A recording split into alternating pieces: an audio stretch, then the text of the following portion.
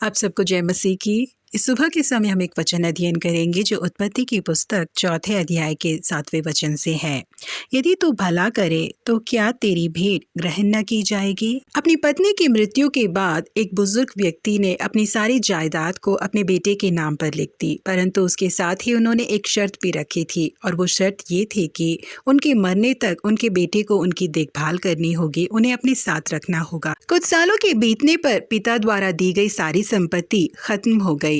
अब बहू के लिए ससुर की देखभाल करना बहुत ही ज्यादा मुश्किल होता जा रहा था। इसीलिए उसने जाकर अपने पति से कहा, आज के बाद मैं तुम्हारे पिता की देखभाल नहीं करने वाली, इसीलिए उन्हें ले जाकर कहीं छोड़ दीजिए। उसका पति भी इस बात के लिए राजी हो गया। उसने बहुत ही दुखी दिल के साथ अपने पिता से जाकर इस बात को बताया और थोड़े दिन बाद अपने पिता को वृद्धाश्रम में छोड़ने के लिए वो अपने साथ लेकर जा रहा था।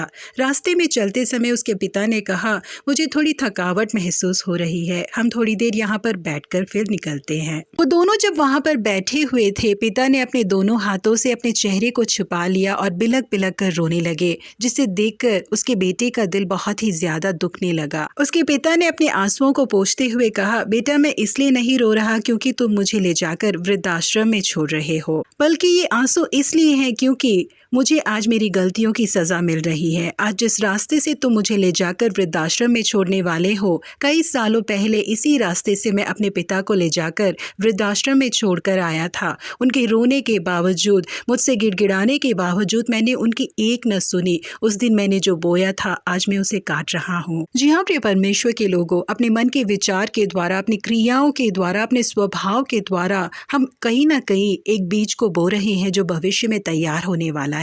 बीज को अंकुरित होने में या फसल को तैयार होने में देर लग सकती है, परंतु एक दिन हमें कटनी काटनी है। इस बात को हमें भूलना नहीं चाहिए। ये बात तो पक्की है कि हम जिस प्रकार के बीज बोएंगे हमारी फसल में उसके गुण निश्चय ही मौजूद होंगे। पौलुस गलातियों की लिखी हुई पत्री में कहते हैं, धोखा न खाओ, मनुष्य जो कुछ बोता है वही काटेगा। वचन हमसे कहता है, यदि तू भला करे तो क्या तेरे साथ भला ना होगा। साउल भले ही दाऊद के साथ बुरा करना चाहता था, परंतु दाऊद ने कभी भी साउल के साथ बुरा नहीं किया। साउल का अंत अच्छा नहीं रहा, परंतु साउल के लिए बुरा ना सोचने वाले दाऊद अपनी बुजुर्गी में भी बहुत ही शांति के साथ रहे और उनका अंत भी बहुत अच्छा रहा। जी हाँ प्रिय परमेश्वर के लोगों, हमेशा इस बात को याद रखें कि हम आशीष के वारिसदार हैं। हमें हमेशा भलाई ही करना चाहिए। यदि आज हम भलाई को बोएंगे तो निश्चय ही एक दिन भलाई को काटेंगे। यदि हम भलाई करेंगे तो निश्चय ही हमारे जीवन में भी सब भला होगा। प्रभु आप सबों को आशीषित करे। Have a blessed day.